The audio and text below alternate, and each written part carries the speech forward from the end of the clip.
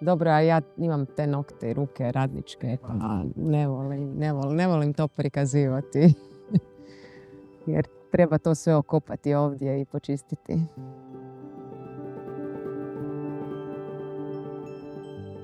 Ja sam Selma Seifert, pobjednik ovogodišnje nagrade za Local Host domaćina. Kraljica šume dobila je naziv po najvećoj jeli u Golubinjaku, Park šuma Golubinjak u Gorskom kotaru. Mislim da to ime i zaslužuje. To stranci, ali ni Hrvati nisu upoznali pravu ljepotu prirode i običaja i svega što Gorski kotar nudi, stoga je Kraljica šume i napravljena s tom pričom.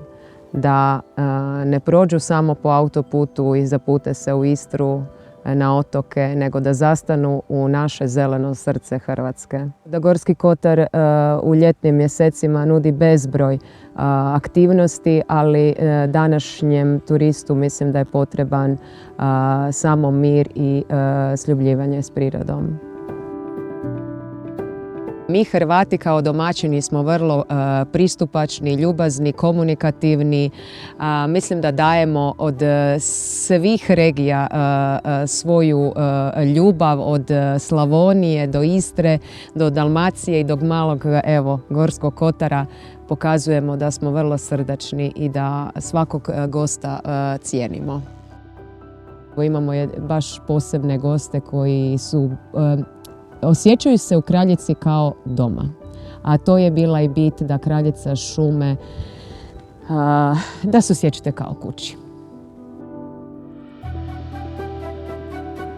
Local Host bi trebala predstavljati jednu posebnost, autentičnost i domaćina i lokacije i same kuće koju taj Local Host predstavlja, znači od njegovog pristupa, dočekivanja gostiju, pričanja sa gostima, davanja naputka i što sve gost može u okolici te kuće doživjeti i vidjeti. Do sad je Kraljica šume dobivala kao, rekla bih, nagrade i kao arhitekturu i kao brand, ali ovo je posebna nagrada jer je dodijeljena, ja imam osjećaj, baš meni, kao domaćinu, kao osobi.